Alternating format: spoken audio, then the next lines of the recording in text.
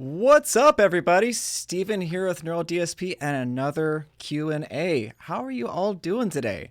Aloha, Zach. How you doing, my friend? LAV777. Uh, he says, your work is amazing. Thank you so much. Carl, how you doing, my friend? Good to see you. Gokan. What's up, my dude? Let's see. Friday. Okay, so Carl says Friday will be his test day for Nolly. Zach, anyone go crazy with Nolly plugin this week? I did. I should take a bath. If you gotta, I understand. What's up, guys? How's everybody's day going? Um, Andre Savastra says he's practicing some guitar. I know the feeling. I feel pretty good to do what I get to do, with lots of practicing. Modern vintage, my dude. Not much, man. Just having some fun, playing with the Nolly plugin, making some content. I got a session open today to share with you guys some of the Nolly stuff that I've been working on. Zach, I've been great, dude. Things have been fantastic.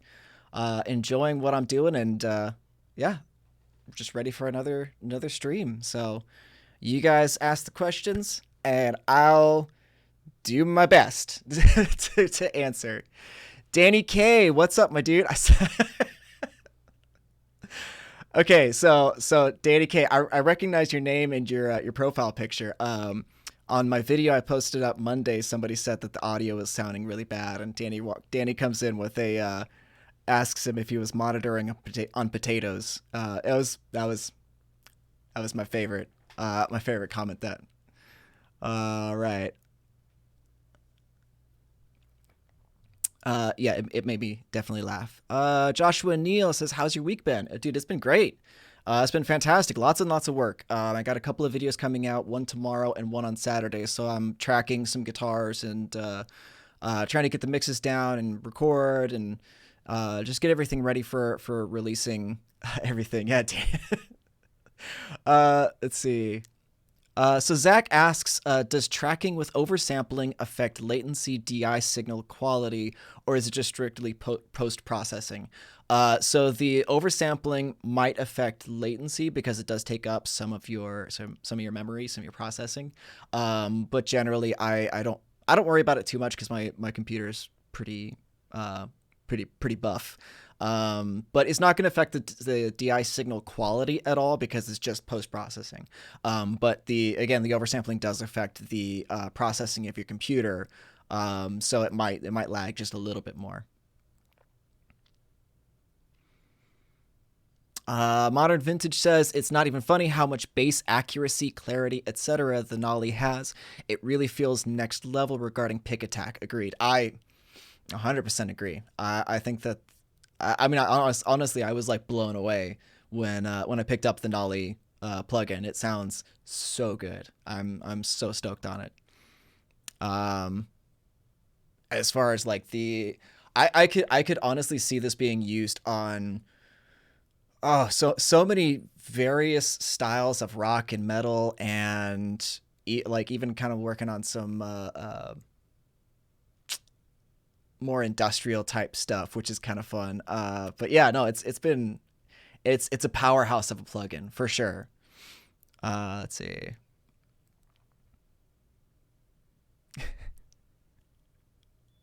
Modern Vintage says, yeah, Blood Eagle and D word presets are ridiculous. Yeah, man, I was actually really stoked on the Blood Eagle, and kind of like used that as my starting point for a couple of presets of my own.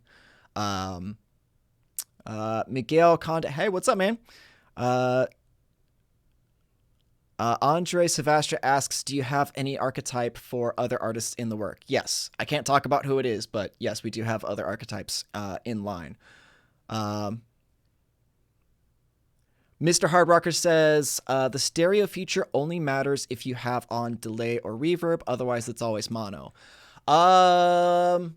Yes and yes. Yeah, I mean, so if you had like a lead guitar, say, and you just have that going through a stereo track and you don't have delay or reverb or anything like that. It's just going to sound like a mono signal.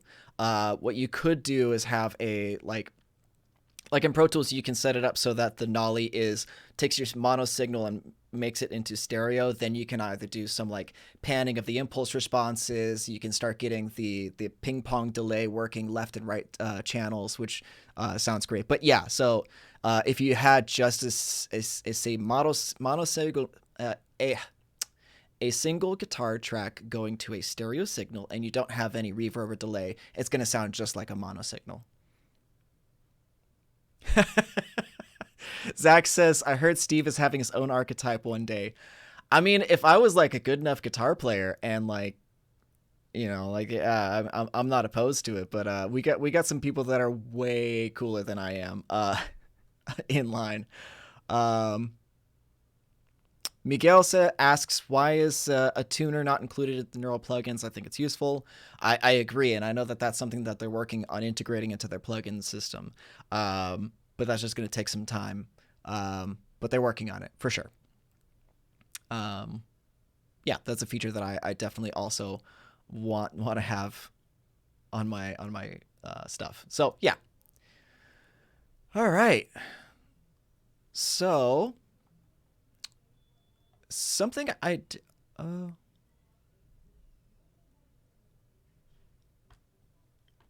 okay, yeah, so Modern Vintage says, Nolly plugin made me love my Nameless plugin even more. So different yet so unique. As a metal producer, are these to be your complimentary go-tos? Yes, yeah, I 100% agree. Um, the I was talking to somebody the other day about they mentioned that they were going to sell their Nameless license so that they could get the Nolly, and I'm like, and my suggestion was just to kind of hold off and wait because the uh, I guess if the Nolly is just your style and the Nameless isn't, then yeah, that's not so bad. But like, I think for me, I like to do many various styles. Like I can never just pick one thing and go with it. I like to play a lot of different styles, and I think the Nameless has such a different characteristic than the Nolly plugin that I don't ever want to get rid of that to gain something else. So yeah, if you're like producing a band or something like that, if you want the versatility, then yeah, definitely have both of those because they have very different quality and characteristics. Joshua Neal asks, any bass archetypes in the work? I'm not sure. Maybe I'm not. I don't know. I'd have to check in with them, but I'm not sure.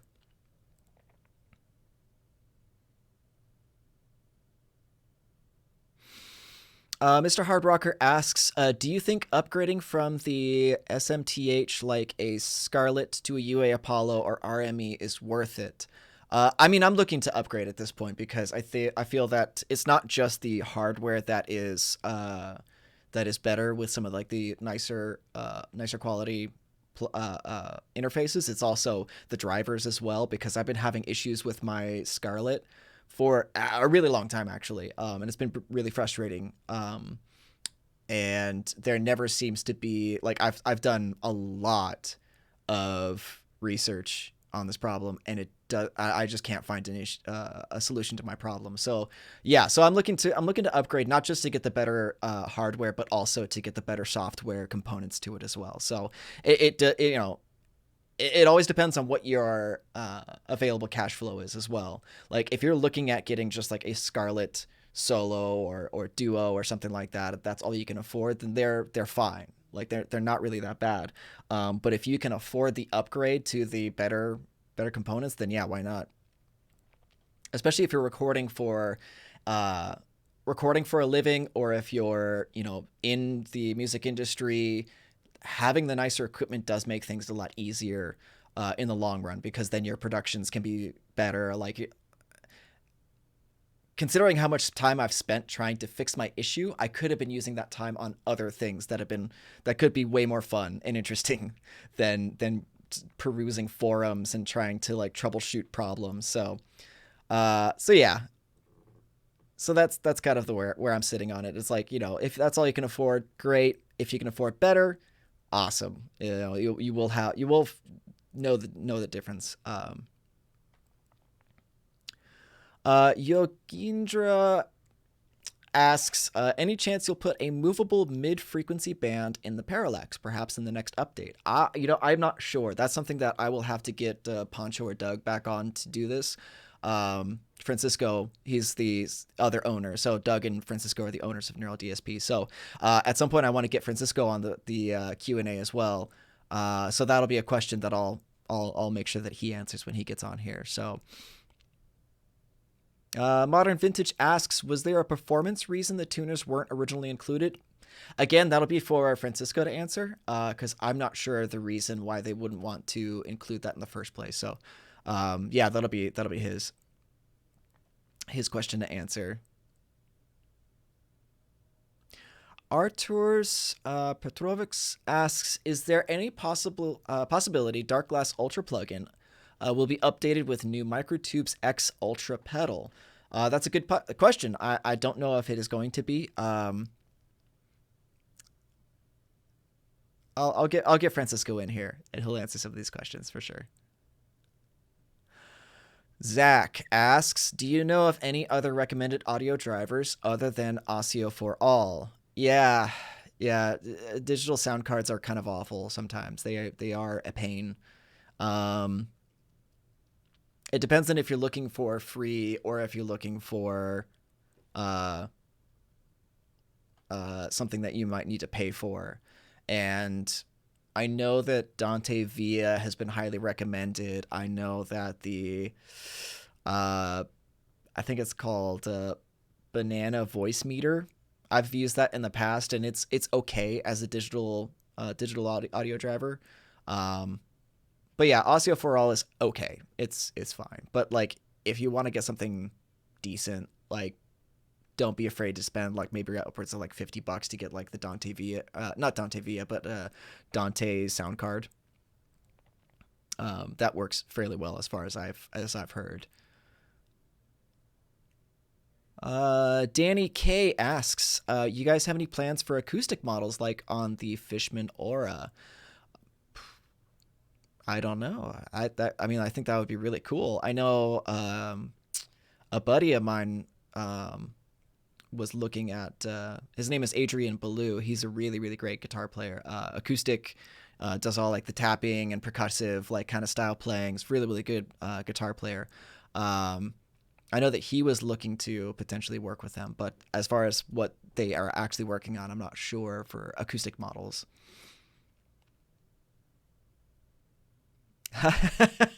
Carl asks, are you going to release another new plugin next to Nolly this year? Just planning my budget. We'll definitely have a plugin out before the end of the year, for sure. Yeah, Zach chimes in with just plan a budget regardless, and yeah, so we're gonna have some new really cool stuff coming out later this year. And early next year. So yeah, keep an eye out. It's gonna be great. The Nolly is worth getting though. Like if I had to say, like, trust me when I say the Nolly is more than worth getting for sure.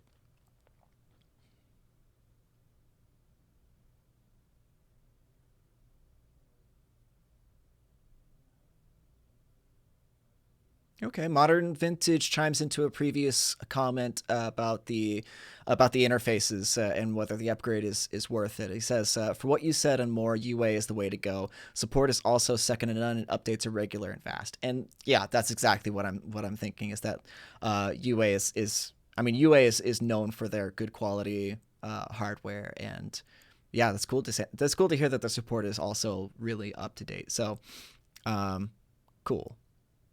I'll definitely look into getting the UA interface. I think that would be really cool.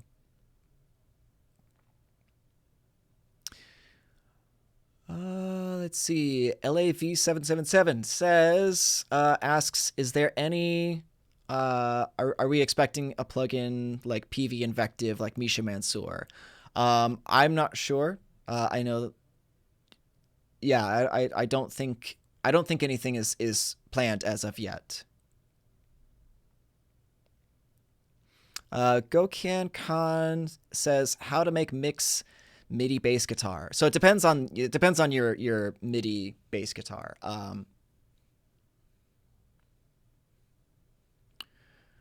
Yeah, so it really depends on your MIDI bass guitar. So let's go ahead and move into my session real quick. So I have this session. So this is actually something I'm coming up with. This is going to be on the video tomorrow, where it just kind of depends on the mix that you want to go with. But let's make sure that we are getting audio.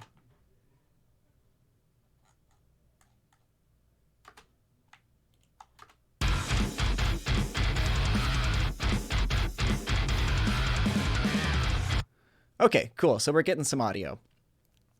I had to change up my setup a little bit, so just to make sure it was running smoothly. Caesar Bulbus says, chimes in again on the interface thing. He says he recommends Thunderbolt interfaces. Like mentioned, the Apollo, it'll definitely help with latency. Yeah, absolutely. I really want to get a Thunderbolt for sure. But let's get back to mixing bass. I would definitely say that's something that you need to make sure of when you're like mixing MIDI bass. Your mix can only be as good as your source, right? So if you have a crappy MIDI bass, then you're going to have a crappy mix. One that I particularly like is the Submission Audio's Eurobass 2. So here you can see that I already committed a version of this.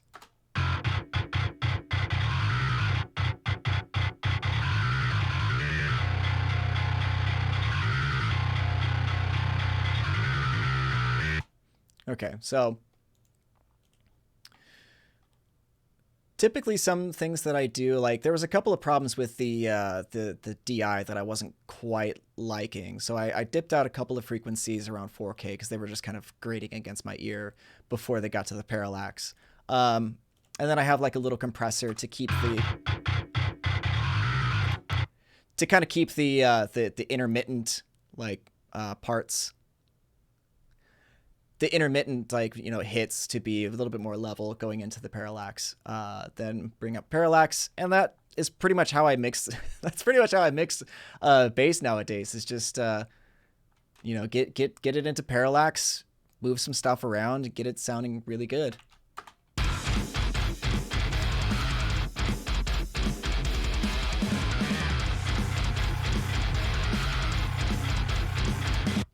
Because one of the important factors of mixing your bass into your entire mix is making sure that your low end of the bass is gelling with the kick. So if I was to solo out the drums and the bass, and we kind of turn on this low band here, the low compression, you'll hear how the kick and the bass kind of interact with each other.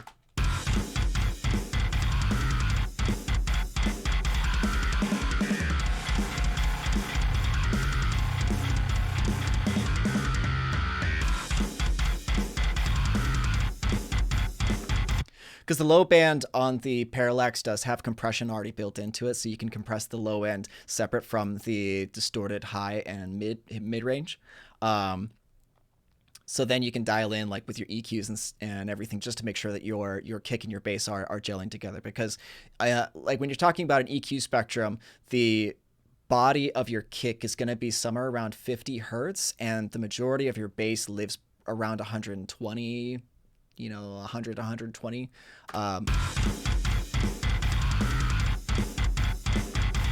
So around this area right here is where your bass kind of lives.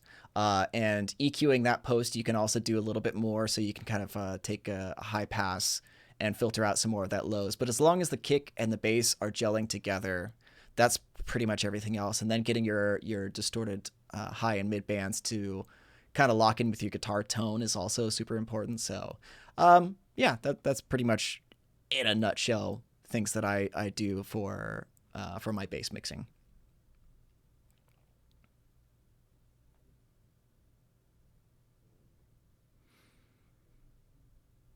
Okay. Okay, so Frog Leap Studios says, great works Great work, guys. You're really upping the game. Any thoughts on going from software to hardware?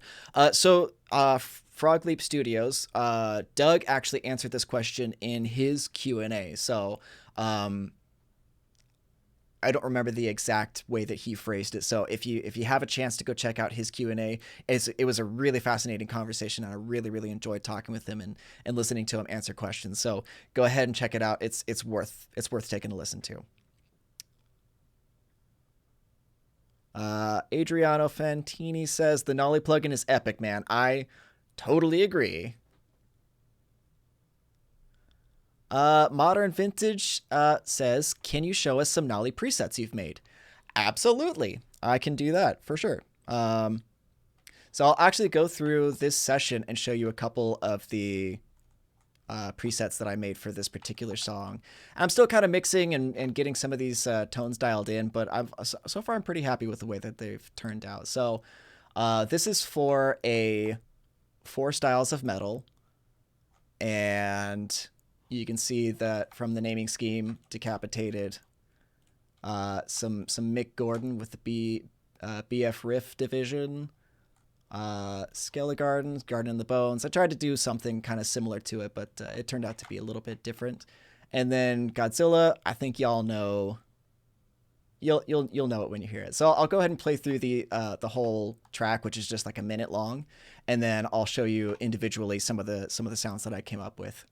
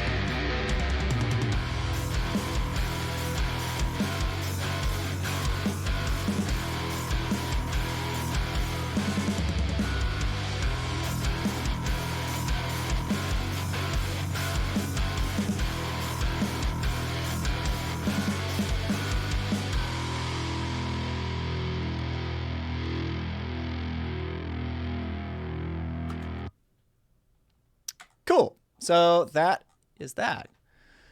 So here's the Decapitated. So I went with the third amp because it just sounds so much more like Decapitated than anything else.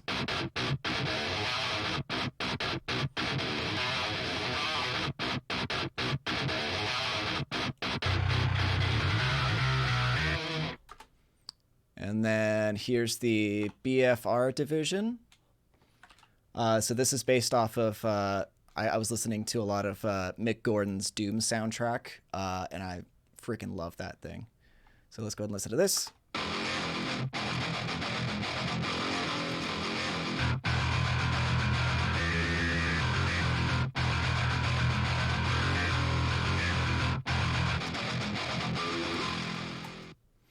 That again was the third head, but I actually went with the first cabinet because it sounded the cleanest with this particular riff. For this Skelegarden one, third again. I mean, like this third head is great for the metal riffs.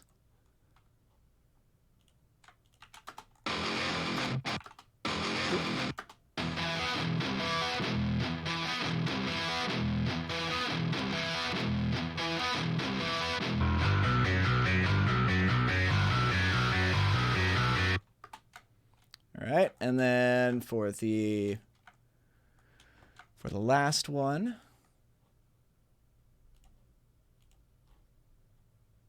I went with the second head for the kind of tappy leady part, and then the third head for the rhythm that goes behind it.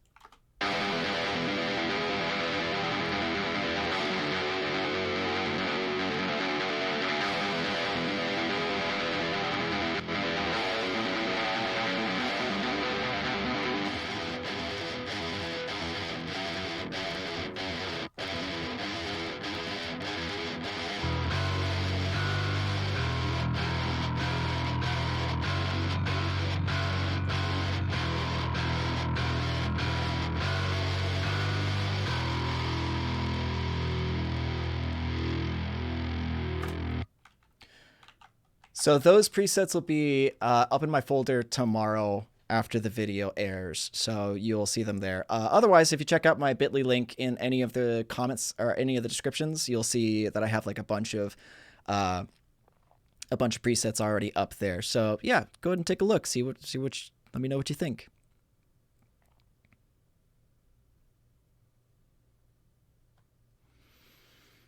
Yogendra says plugin idea and one only neural DSP can pull off to perfection. It takes any guitar input, analyzes it, and makes it sound like another guitar. Similar plugins exist, but not the neural DSP accuracy. I think that'd be really interesting, actually. I don't know how possible it is, because I don't know if you've ever tried to tone match like different guitars together, but it's like it's very, very difficult. Um, I did a gig once where I tried to do just that and match. It was a bass track, because the person I was working with wanted to come in with their own takes over somebody else's tracks, and because the songs had changed, so he was like, "Okay, I want to try doing something a little bit different." And yeah, it was hard. It was really, really difficult. I wouldn't recommend doing it, but if that's something that's possible, like uh, I think that would actually be really, really cool. Because I think that'd be a game changer as far as like production is concerned, because then you wouldn't have to worry about having huge numbers of guitars on hand, for this style or that style. That could just be like, I have one guitar, that's my recording guitar, and I can get any tone from that. I think that would be really, really cool. I think the Fishman Fluents are actually uh, pretty close to being similar to that as far as like being able to grab any tones that you want and being versatile. But yeah, no, that's a cool idea.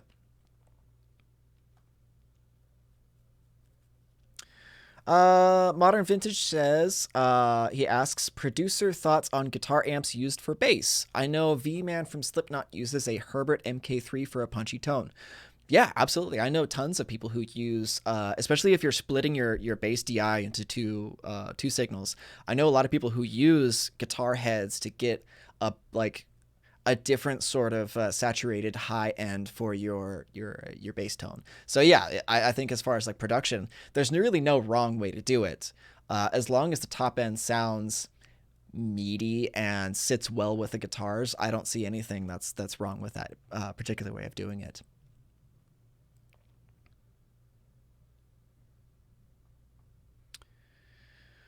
Shane asks, are there plans for more distortion modes or steeper Q options? I'm going to guess that that's about parallax, and I don't know if that's coming or not. I'll have to ask Francisco when he comes on to the stream. Um, Caesar says, great products, by the way. Have them all. Only waiting for Black Friday sale for Pliny's. Nolly's is incredible. Best one so far. I would agree. I think that Neural keeps upping the bar for themselves with each plugin release. Like the Pliny was great. Now the Nolly comes out. And though the Pliny and the Nolly are two different, are two very, very different plugins. They have their own strengths. But I think that they just continue to refine the formula as they go. So yeah, I love it. I think it's great. Um,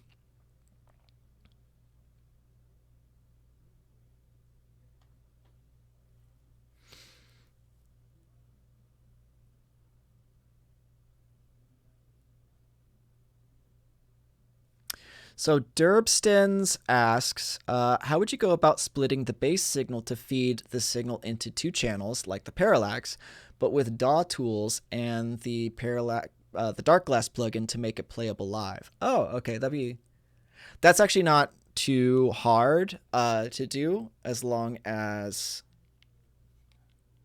I mean, it would just be as simple as taking your bass DI track, splitting it as you would normally and finding the crossover range that you like, mixing the tone that you like, compressing the low end, and then having those two going out to the specific outs that you want to go to, like the house monitors or something like that. Um, couldn't necessarily reamp in that way. I mean, maybe you could.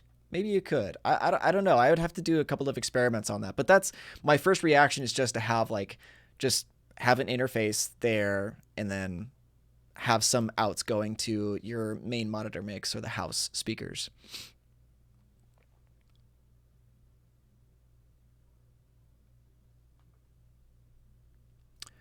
Let's see. Carl says the Doom OST is awesome. I definitely agree. He also asks, what is your approach to mixing metal rhythm and lead guitars? Any specific difference in shaping the tone? Mainly EQ, amounts of distortion, other effects, different pickup, amp caps. That's a good question. I will generally go with a different amplifier or at least different impulse responses to kind of differentiate the tone of my guitars. Usually I do cut out a little bit more of the mid range of my leads, but just enough that it like doesn't kind of cancel or interfere with the rhythm guitars. And even then, like with my rhythm guitars, I may duck them down like a dB or two, depending on how loud you want the lead guitar, just to get them a little bit out of the way. But yeah, so lead guitars generally up front, center, and then as long as you have like some reverb, if you have some reverb going, like usually that kind of makes it feel like it has enough space.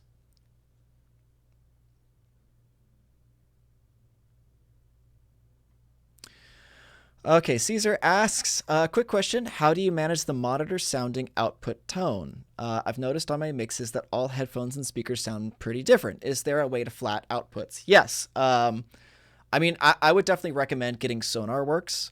That's pretty much what I use almost exclusively. Like, it's just it's like having a second set of monitors that are so close to flat. I use them as my main mixing, and then I go back to my unflat response. Like, so here we have SonarWorks. Here's my room. Like, so this is like, it gets your signal down to flat. It applies an EQ curve to your left and right monitor, so that way you have a flat response. Here's my room, unflattened. So you have this monstrous 12 dB dip at like 80 and 90 hertz, and it's awful. Listening to them back and forth is really, really jarring. So I usually try to keep this on, and then for referencing, I turn it on and off to just make sure that I'm in the right ballpark for when I'm mixing. So getting SonarWorks definitely does help with that sort of thing.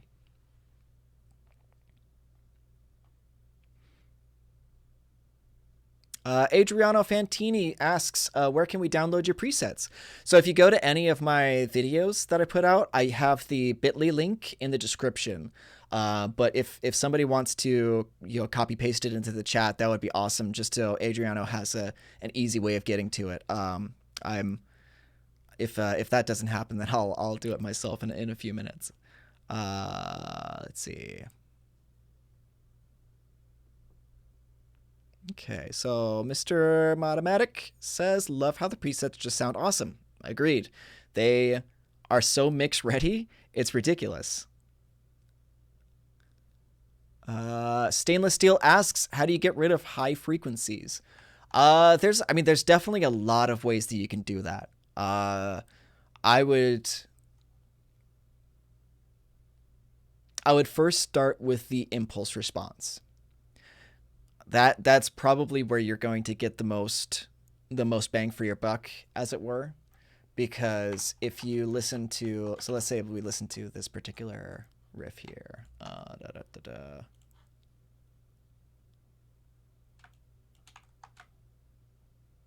okay.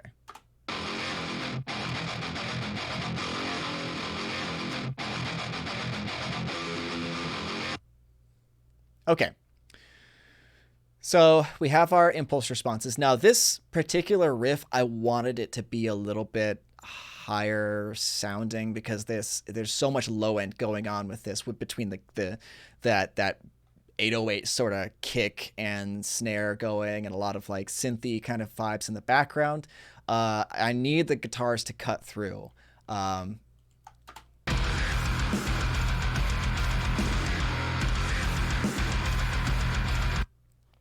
But if I didn't want those those frequencies, I would start by moving the position. Let's see, where are we at?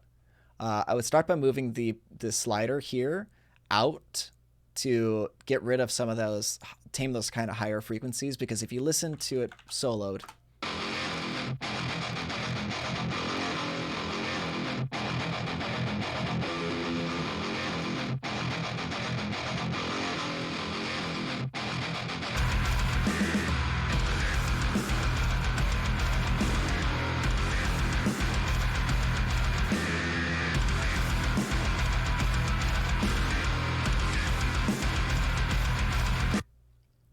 so you can hear how once you start moving the impulse response off, you move the microphone off to the side, you start kind of almost shifting that EQ curve that you're using, so that high end starts to get kind of phased out of your sound. So that's where I would first start, and then afterwards I would start doing some EQ moves to get rid of that. So after that, maybe use like Pro Q3, and then start dialing in some like pinpointed EQ dips.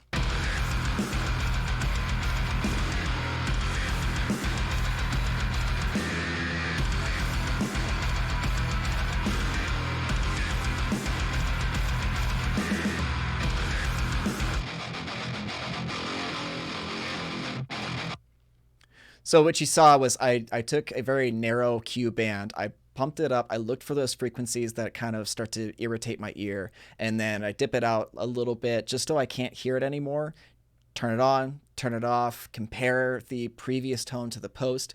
And honestly, like right now where it's at, I don't need it because there's not a whole lot of resonant high-end frequencies, but that's generally what I would do if I had those in there. So, yeah.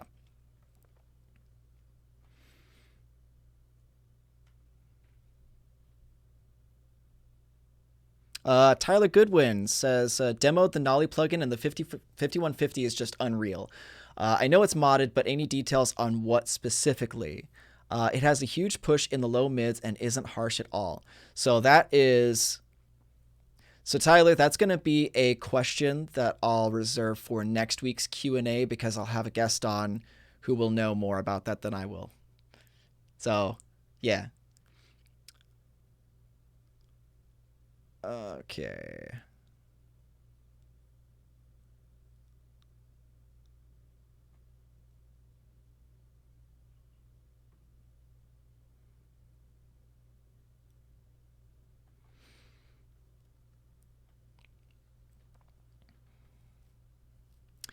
So, DJ AIGM, I'm just going to spell your name, dude. I don't know if that's supposed to say that. Jai? I think Jai. Yeah, Jai. What's up, man? Are there any plans of using the pedals, impulse responses, etc., for instance, archetype Pliny in archetype Nolly or vice versa?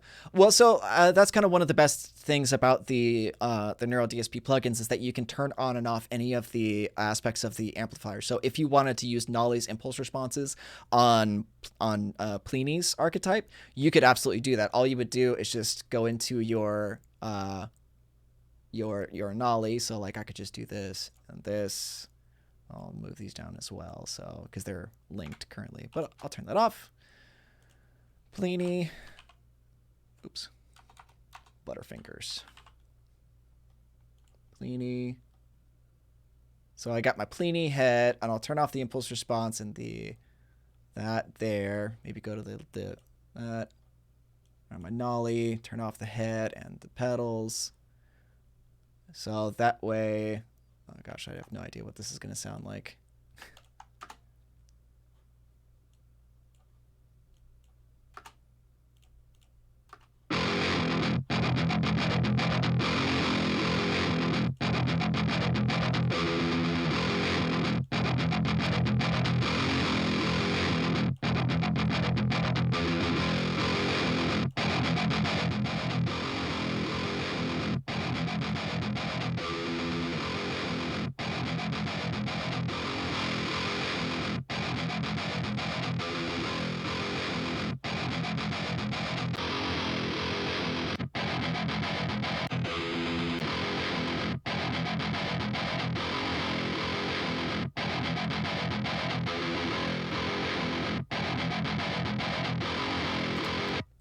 So that's generally how you would do it. So again, so archetype Pliny, open that up, turn off the impulse response section and the effects on the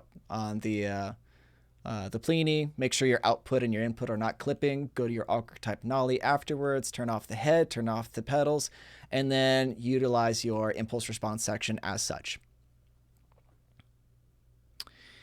Let's see.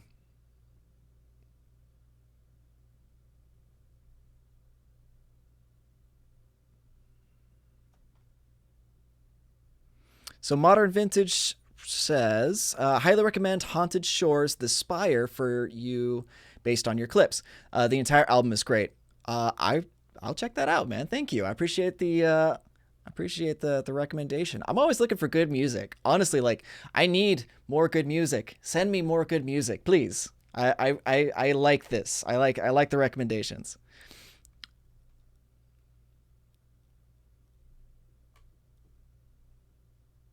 Okay.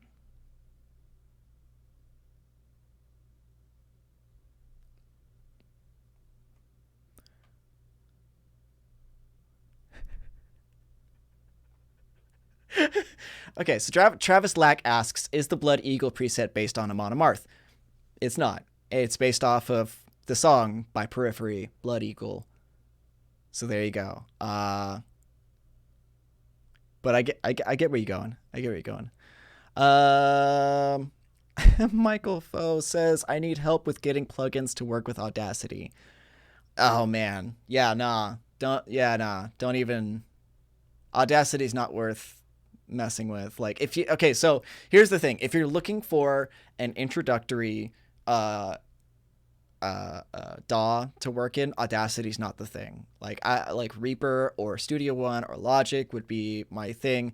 If you're looking for something inexpensive, Pro Tools also has a subscription service which I'm using honestly. So I get I think it's like $20 a month or $25 a month, which for me more than pays for itself. But yeah, so I would stop messing with Audacity. It'll only help you to do that.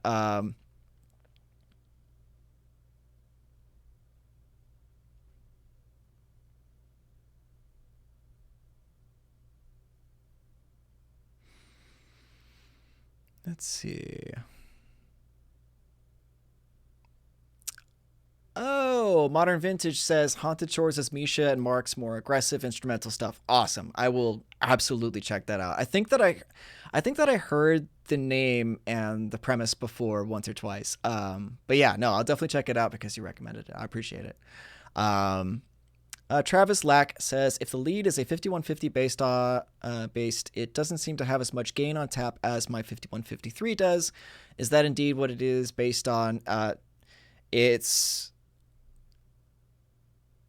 I mean, it's based on what Nolly had. It was a 5150. I mean, you guys pretty much got it right. But it's based on what Nolly wanted it to sound like. Like it may not have as much gain, but I think that if you're utilizing make it active, the overdrive, I think that that's going to get you more than enough gain. Because honestly, I don't ever push it up to full. Just because it's more than enough than I already need. But it sounds, I love it. It sounds awesome.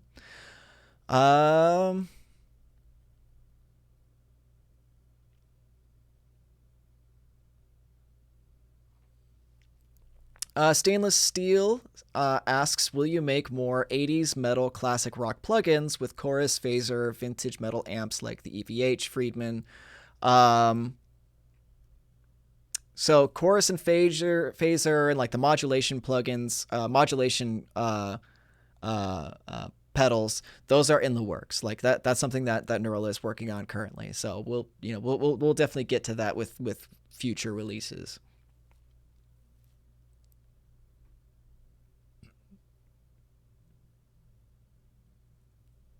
Modern Vintage says, Steve, I know you'll second an Archetype Gojira plugin, different enough to warrant an Archetype. I think that'd be awesome. We'll see what the future holds, man. Because I personally love Gojira. They're one of my all-time favorite bands. I think their style, their tone, and their progression and musicality has just been stunning. I've really loved their entire career. It was from Mars to Sirius that got me into them, and I've been following them since, and I think that they're awesome. Let's see. Jose, greetings from Bolivia, bro. What's up, dude? How you doing? I appreciate you stopping by. Michael Foe says, I appreciate the info, sir. It's my pleasure, dude. Anytime. Travis Lack. Yeah, no. I definitely didn't take that as a bad thing. I think that no, I think you have a valid point, and yeah, it's based off of like a 5150 kind of sound. But yeah. So let's see. All right, we have a user asking how to make Cannibal Corpse on your plugins. That's a good question. I mean, either this, the Nameless, or NTS. I would have to look into that myself. Mr. Mathematics says a tuner would be cool. I agree. They're working on it. You know, we'll definitely get to that in future updates and releases. But yeah, you'll see that happen.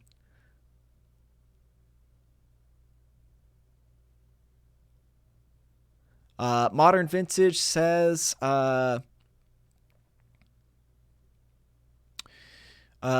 he's playing the Nolly now. It's unreal how much you can dig into the pickups with this plugin, and it responds so accurately, especially on Bloody Eagle preset, opposite to other plugin companies. I would wholeheartedly agree. I think this is one of the most responsive as far as like how much the signal gets saturated by how hard you pick. And I think that's just another testament to how well refined Neural DSP is making their plugins. Like they are continually, again, just like pushing the envelope on making these sound and feel so real. And I love it. Like I think this is probably my go-to plugin for most everything now. Travis Lack, my 5153 has too much gain. It says from it says from 3 to 4.5 at all times. No, that's problematic. I wonder if there's a way to bring in like the effects loop to lower the input signal or something like that. That might help, or having a pedal on the front to lower your input gain might work to take that out. So Danny K says, I saw Gojira for the first time in DC in 2006. And he's never heard of them beforehand. They crushed. Yeah. I actually haven't seen them live yet, and I'm really sad about that. I had an opportunity to see, it was Gojira and Devin Townsend, who's another one of my favorite musicians. I had an opportunity to see them live when they came through Sacramento, California, where I'm from.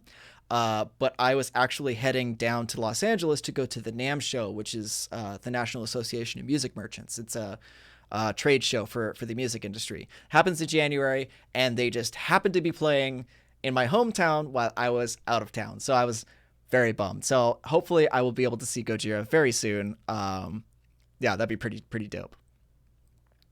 Polar's Petrol. What's up, dude? He just says, hey man, how's it going? What you up to?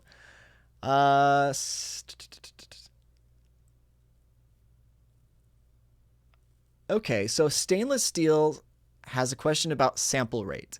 Had some problems loading 96 kilohertz, 96 hertz. I'm going to guess that you're saying kilohertz. IRs in Planey. Which IR format is the best? Oof. I don't know. I generally don't worry about using IRs too much. I rarely go outside of the stock IRs.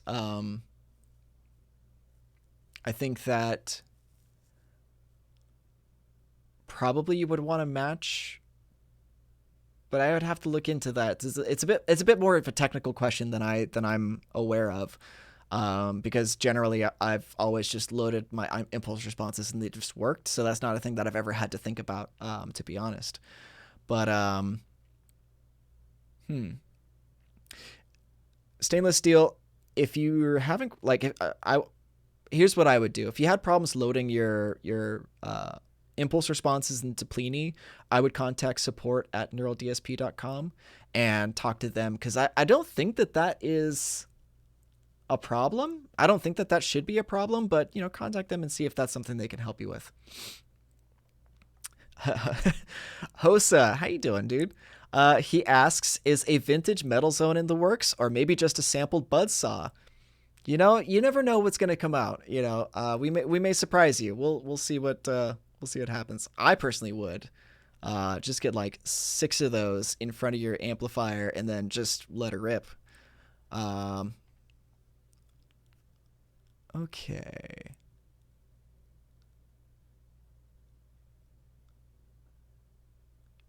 Okay, so Zach asks, is my Osseo driver ran directly from the interface, or is this all being processed from inside my computer? I never fully understood that entirely. Researching Dante's functions right now. Yeah. So it depends on if it's an interface, that signal is being like your auto is being processed on the interface. So that way you don't have to rely on the CPU as much. If you're using a digital interface, then that's being run by your CPU. Like that's kind of the benefits of having an outboard interface, is because you're taking that burden off of the CPU and onto something external. So that's kind of the function of that. But yeah, check out Dante, see if it works.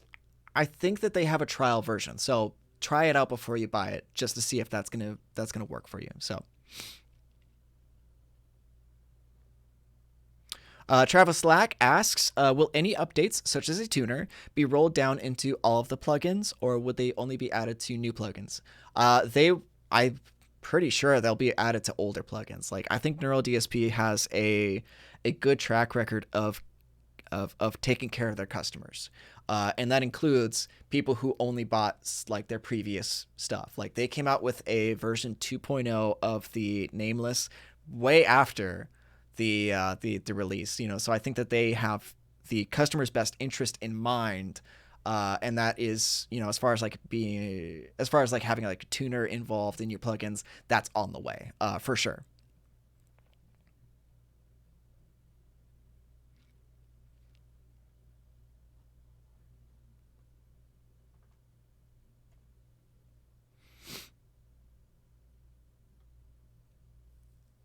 Oh, got it. So Bob Smith, in response to Travis Lack's problem of the gain on his 5153, mentions trying passive pickups, because it looks like Travis has EMGs. Yeah, so the active pickups, the signal is much hotter going into your guitar. But yeah, so uh, definitely try finding something that you might be able to use to lower the input gain if it's possible. So yeah.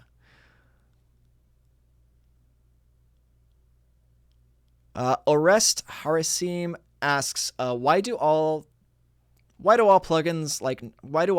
plugins being released use iLok, and how does it affect performance? It doesn't affect performance; it affects the licensing. So that way, if you buy a plugin, it is yours to use. Um, and it is only yours to use. Like previous iterations of different plugins from other companies didn't use iLok, so they would end up getting shared by everybody. So one person would buy it and then share it with 10 of their friends. So this is a way of them making sure that their intellectual property is being protected. And like that's just a matter of like you yeah, just kind of an anti piracy policy. So yeah, it doesn't affect your performance at all. Um, I have an iLok and I have all my licenses on it. I have the several licenses on my external computer as well, but I don't have any issues with that whatsoever.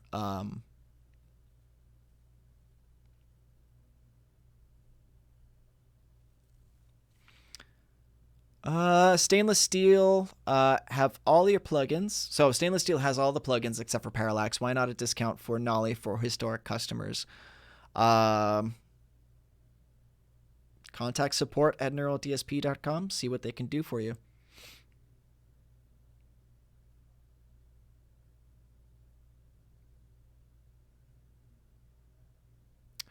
Mr. Matematic says, I hope the Pliny gets arrows for the presets. Was so good to see that on Nollies. Yeah, I would love that as well. I think that's a really, really great idea. So I'm going to go ahead and put in last call for questions. Since it's 2 o'clock, it's been about an hour. So yeah, we'll start winding things down and see where we're at in a couple of minutes. So what is the what are some things that you guys have been digging about the Nolly? Like I've really been digging it, but I'm curious to know what you guys are thinking. What do you like? What do you not like? Because I want to know what maybe if there's something that I can address for you all as well, that might help you all in finding the best tones. I want to do that. So I think that yeah, if you guys have something cool that you're looking to do, let me know.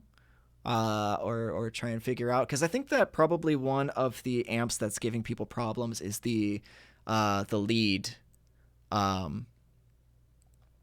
is the lead channel. Some people are trying to get rhythms out of that, and it's a very, very warm head, so people are having issues of getting that to kind of sit in their mix.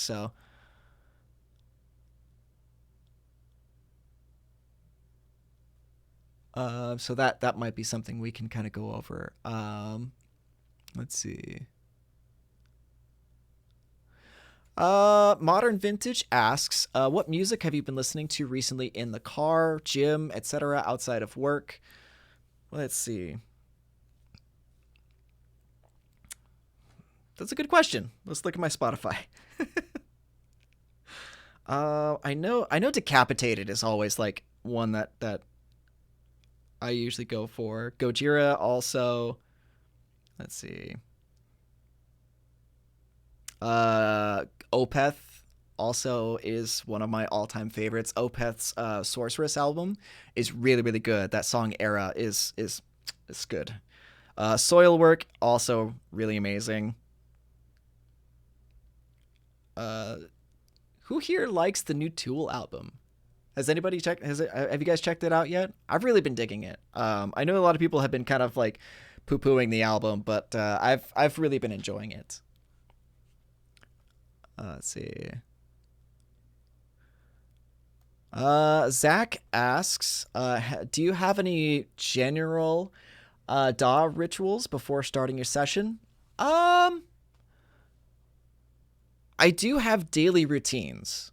So I do have daily routines, and there's certain things that I do to make sure that when I get into my studio, I'm ready and primed and just able to dive into my work without any distractions or anything like that. So normally I turn my phone on silent, and I try to get my phone out of reach, so that way if it starts buzzing or something like that, I actually have to then get up and go get it, which kind of makes me feel guilty about picking it up. If it's right here, it's too if it's right next to me, it's too difficult just to like, oh, what's going on? Like I got an email, and it's generally not anything important, because I try to keep myself in a flow state when I'm working on my music, because I have a lot of stuff to do. Like this entire session, like this was mostly done in a day and a half. After that, it's just been like mixing and stuff like that. So it's like I have to sit, set up the session, set up my mastering chain, routing, get my drums sounding right, my bass sounding right. So like when I'm on that sort of vibe, like I have to make sure that I'm not going to get distracted by anybody. So I wake up pretty early. I usually get up around like 5 or 6. I go to the gym. I eat a little bit of food, have my coffee. I get in here to the studio, maybe meditate for about 10 minutes if I'm feeling really kind of like out of it. Set my phone aside and then just get into it. And I don't stop until either my stomach tells me that I'm hungry or it's time to leave. So one of the two. So that's generally my daily routine. Let's see. Mr. Hardrocker says, I have a precision drive going in front of the audio interface that has a built-in noise gate. I have the precision drive as well. Should I turn off the gate in the Nolly plugin? Yeah, you could definitely do that. I mean, whatever gets you the best tone, right? I would definitely do some experiments with that for sure. Modern Vintage says he loves that a Nolly preset nails what he wants and can play a lot more rather than tinker on a new plugin, unit, etc. I absolutely agree. I think that one of the best things, like, and I think Nolly even acknowledged it in his video, was that, you know, as far as inspiration and spontaneity is concerned, like tinkering can, tinkering can affect your inspiration, and being able to just like open something up and just go with it, and just having it be mix ready and sound good is super important, because those little distractions sort of take you out of the moment. I mentioned in my video some of my favorite things are, in these plugins, like it's just the workflow aspect of it, having the master knob being able to push the power amp section while not having to try and balance the output level is awesome, because then you can like kind of test the signal and see if you actually really like it without having to worry about volume levels affecting your judgment. Same thing with the impulse response section. Being able to turn your second one on and off, but still have that unity gain is super important, because I don't want to have to turn levels up and down to try and, uh, and basically not having to second guess myself as I'm going is super important.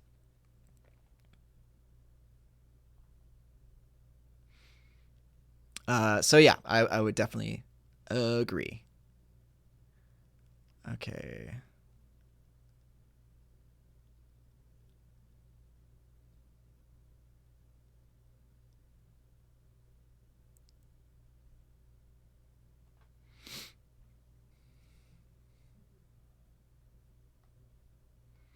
Okay, so Caesar says the majority of presets have too much bass frequencies after EQing them a little bit. Sounds great.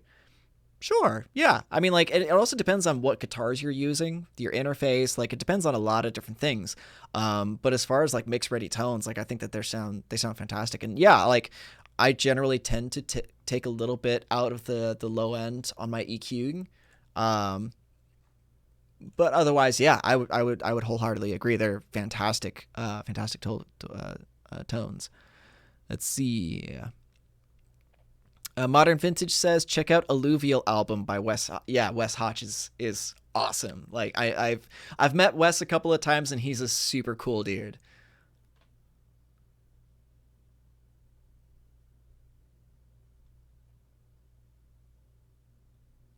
All right.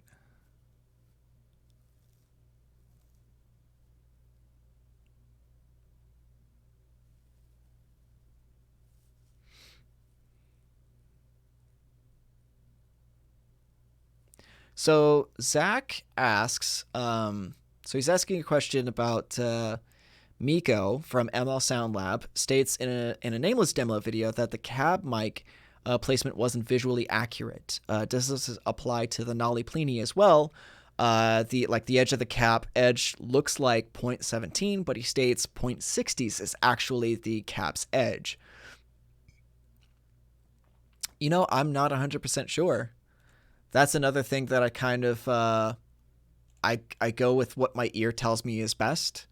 Um, and I don't really worry too terribly much about where the actual cap is. I guess that's a kind of a vague answer. But yeah, like I tend to not think too much about that. It's tiny details like that that kind of, again, sort of take me out of the process, which I'm not looking to do. Like I look at like, okay, well it's at 0.35. Is that the cap's edge? Is it not? I don't know. It sounds good. I like how it sounds, and that to me is more important, um, than worrying about where that physically is. But I'm not sure actually, if it's visually accurate or not. But I hope, I imagine it probably is. Let's see.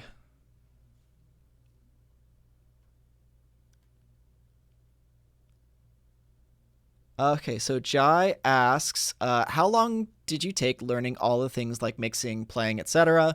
How many years did it take you to manage all of that? Things like okay. So as far as my guitar playing skills, or my guitar playing is concerned, I've been playing guitar for about 19 years, almost 20 years now.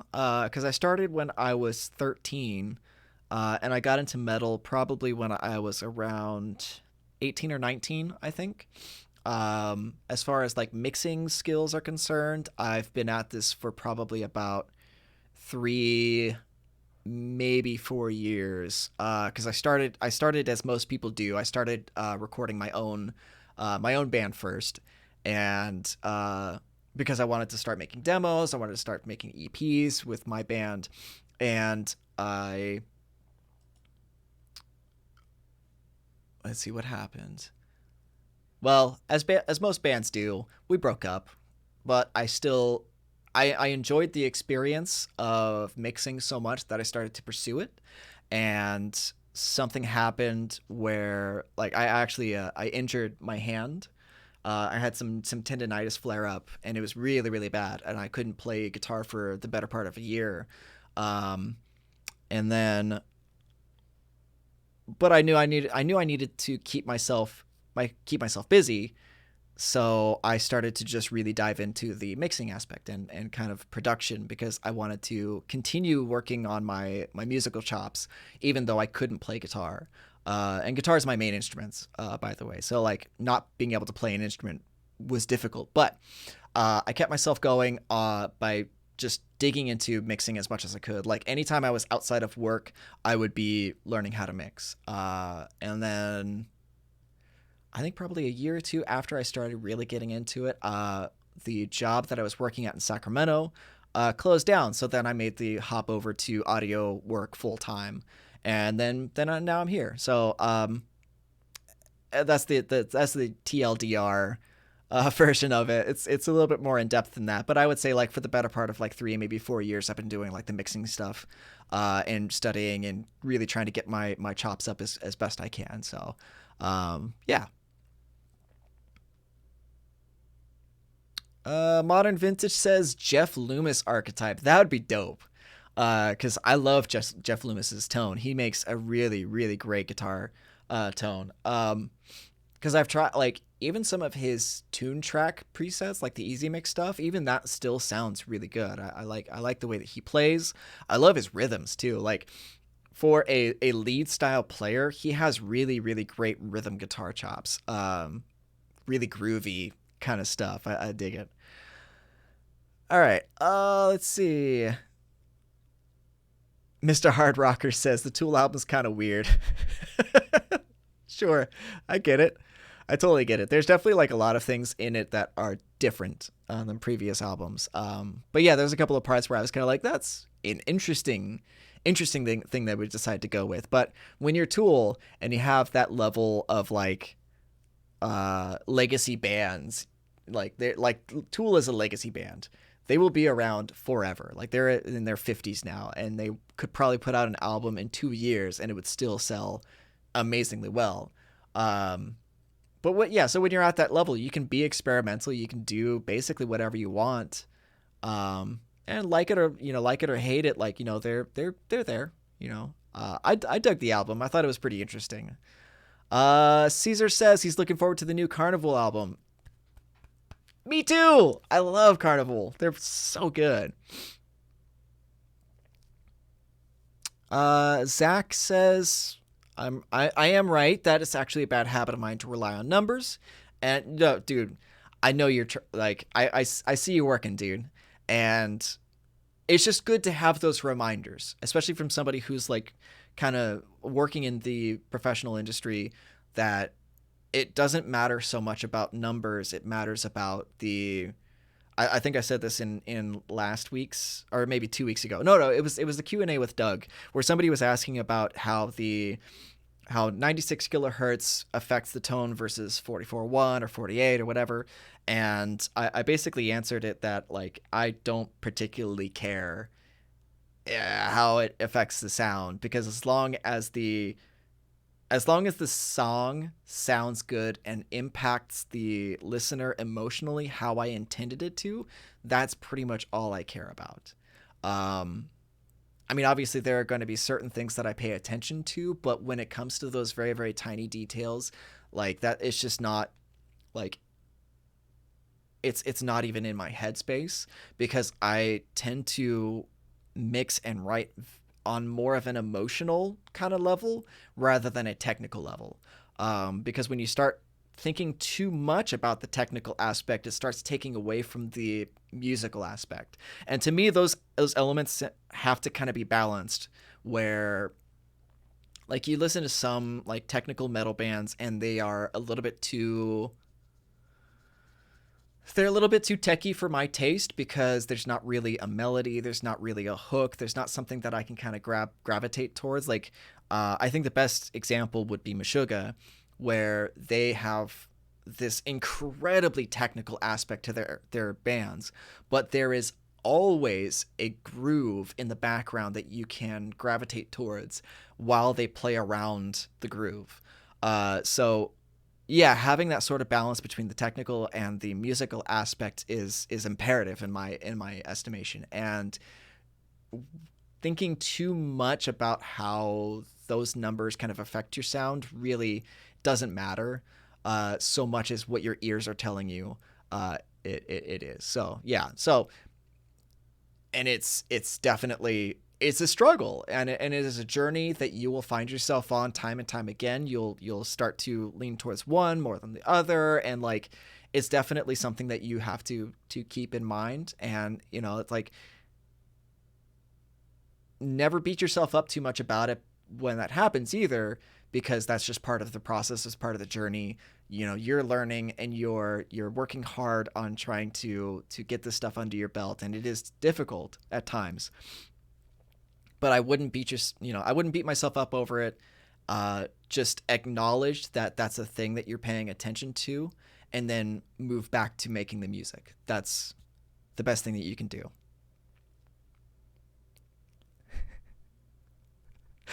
Let's see.